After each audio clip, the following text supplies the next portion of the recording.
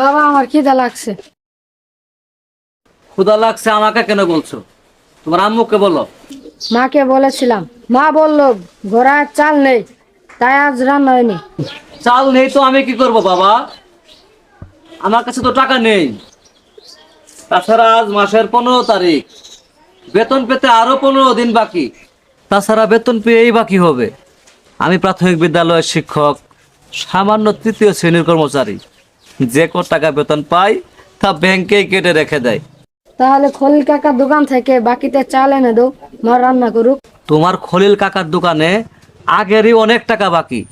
সেই টাকা পরিশোধ না করলে নতুন করে বাকি দিবে না। তাহলে কি বাবা এখন না খেয়ে থাকবো?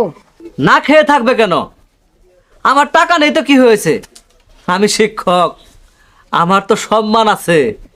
আমার অনেক সম্মান। আমার সম্মান ধুয়ে পানি খাও গা, যাও, পেট ভরবে।